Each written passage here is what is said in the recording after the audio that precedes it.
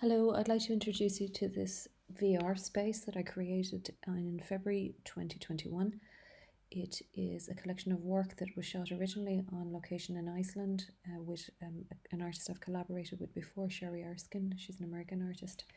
So we worked with photography and video on site, and after 2019, I suppose, when COVID struck, the work sat dormant for a while.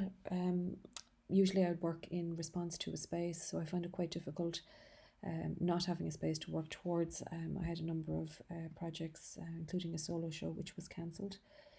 So in autumn 2020, I started looking at VR options, what was there that could work as a supplement to a traditional website. So there were a number of different platforms. For example, Kunstmatrix is one. They're based in Berlin. There's also Iconospace in Amsterdam that I've been in contact with, and VR All Art in Switzerland.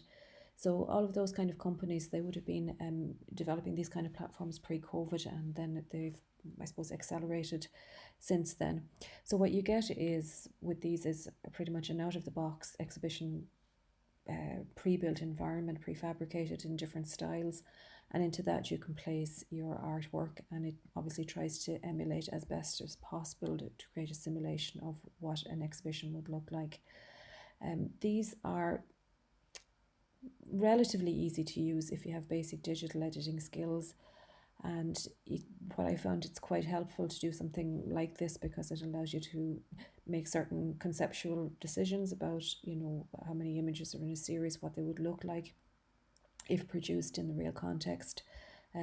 Things about scale, arrangement, narrative sequence, and also developing a story and a concept within the work. So traditionally, I suppose, normally I'd be working towards a particular gallery space, and then the work would be created in response to that. So platforms like this, they're good. I find them good for 2D work. They're mostly designed for the traditional 2D work on a wall with frames, etc.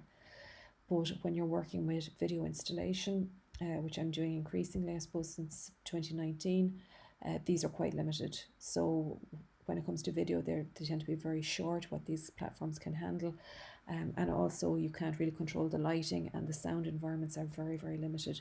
So since the spring, really, 2021, I've been looking at what's there on the market at the moment, or what kind of consultancy firms are there to work with interactive and 3D design, and they can be quite expensive.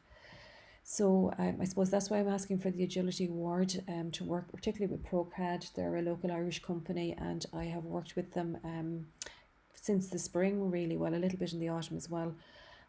In my capacity as a lecturer, I also work with a lot of photography, film and video students at the moment, and obviously they're facing the same dilemmas as I am myself, with how do you create a showcase at the end of a body of work. So I've established a working relationship for an ongoing project with ProCAD, so I've been working with their design team, and they're quite excellent, and they're available for the consultancy work. So what I want to do with the Agility Award is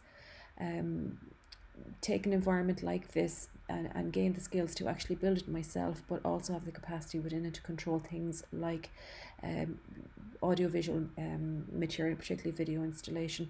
So for the series Staring at a Painted Sky, that is really working with 7-channel video installation, similar to what I was doing in 2019 for the installation for the Lewin in Athlone, but obviously this will be very different, and to use a VR headset as well, so that you can actually walk into a space like this. Of course, it can function without it, but also if a viewer has a VR headset, then it becomes a much more immersive experience. Okay, thank you.